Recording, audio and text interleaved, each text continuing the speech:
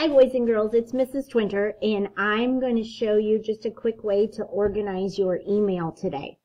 In your inbox, you can see Mrs. Twinter's got lots of emails in here, and if you look over here on the side, you can see that I've created some labels.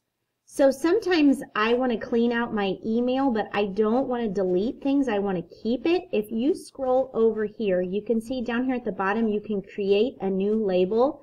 For example, if I wanted to keep all my emails from Mrs. Hunter, I could hit create. And you can see that my label, Mrs. Hunter, was created. So then I can click on those two emails from Mrs. Hunter, and I click the arrow right here on the folder, move to, and I can collect that to the Mrs. Hunter folder. And then it'll move them out of my inbox and in there. But if I'm like, oops, that was a mistake, I can hit undo, and you'll notice my emails are right back here where I wanted them. Anytime you make a mistake, don't feel nervous. They come right back. So you can get them out of your trash if you wanted.